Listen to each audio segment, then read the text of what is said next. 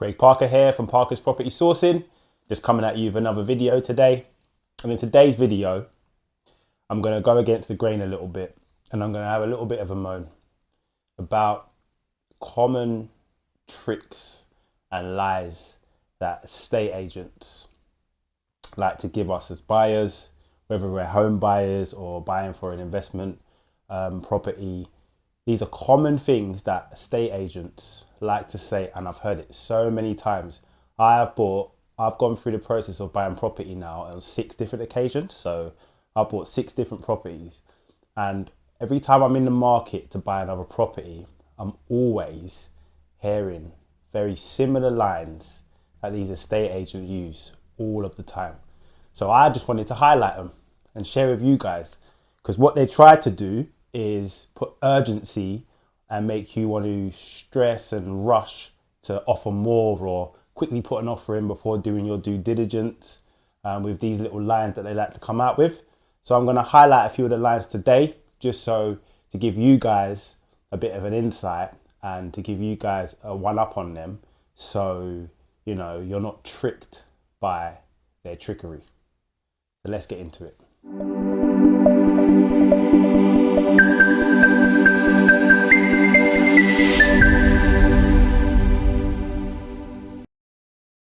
So the first line that these agents like to always say is the property has got loads of interest.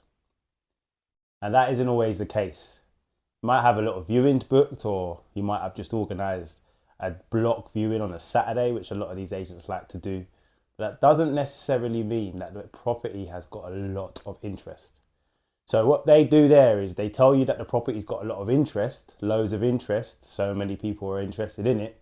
So it builds up the urgency and anxiety inside of you to think, well, I really want this property, but there's loads of people that, have shown an interest in it. I might have to, offer a little bit more than what the asking price is, so nobody else gets it.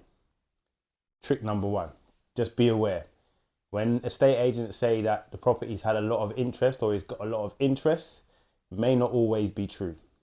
The next one is you need to offer asking price. Now look, I know that there are times where you can't get a property below its market value. And there are times where you may need to ask the asking price or pay the asking price for the property. But again, this is not always the case.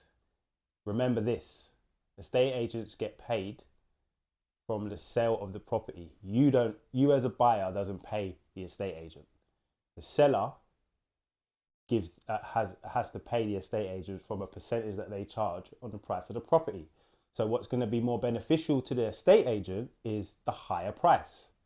But the higher price and the price that's the asking price may not be the actual reality of what the property is worth. So this is why I always talk about, building up your knowledge, paying for your education in property, because then you can look at a property, do your due diligence, use little tools to work out how much that property is actually worth. So one thing that I would say is, if they're pushing saying you have to offer the asking price, if you wanted to offer below it, offer below it. Do you know what I mean? Sometimes offers below the asking price get accepted because sometimes they're outpriced, or they're too expensive, or they're more expensive than what the actual market is actually saying, So that's number 2 that you've got to look out for when dealing with estate agents. Another one is another buyer is about to put an offer in. Well, if they're about to put an offer, it means that they haven't put an offer in. So sometimes that just isn't true. And I've heard that so many times as well. Because I like to ask the question and say, well, okay, this property's up for 200,000. I've done my due diligence. I've worked out my costings on my refurb, and I've worked out what my return on investment is going to be. I can't really offer anything more than 175. If I were to offer something like that, would the seller be interested in it? And usually what you come back with, if you've got an estate agent that understands the process, that wants to sell and that wants to get the deal over the line, they'd listen. If you've got an estate agent that wants to make as much money as he or she possibly can from the deal, they would then say, well, we've got other people that are about to put offers in, so we'll wait to see their offers first before we put this to the vendor, so on and so forth. It happens all the time. Again, it's not always true. There's not always an offer coming. Your offer may be the only one, but the estate agent may not want you to buy it at the price that you want to buy it for. Yeah, so that's another one to look out for. And then the last one that I hear all the time is, I can't see this property being on the market for long. And I've seen it so many times where there's one time where I was looking at a deal and I offered something, it was below market value and it was a little bit cheeky, and the words of the agent was, they're not going to accept that offer. And at the price it's at on the market, I can't see it being on the market for long. Lo and behold, I let that one go, carried on with my search. A couple of months later, which is a long time really for a property to be on the market in my opinion.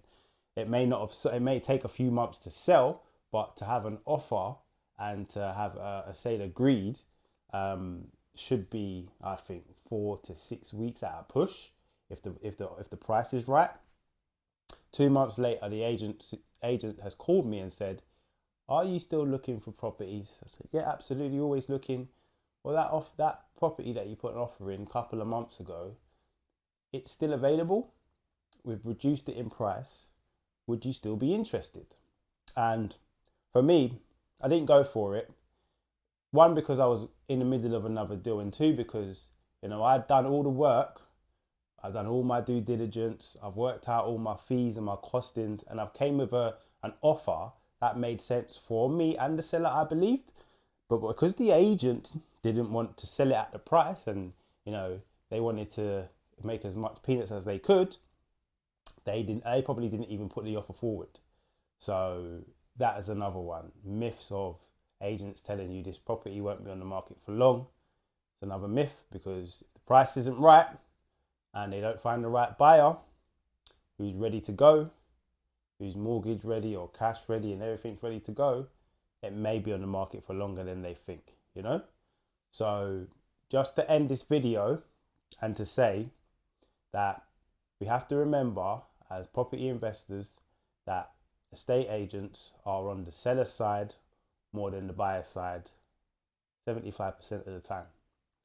Luckily for me, I've built some good relationships with some independent estate agents now, where you can actually have a conversation with them and they're not like robots, and they'll give you advice and they will tell you, look, the seller isn't going to accept anything less than this, or this is the seller's situation. They might still have a high mortgage on it, but you can then you can then have a real conversation with them, so you can work out, is this deal for me or not? When you've got the high street agents that want numbers through the door, they're not even checking if you've got your deposit in place, if you've got your mortgage in place, if you're a cash buyer, if you've got everything in place.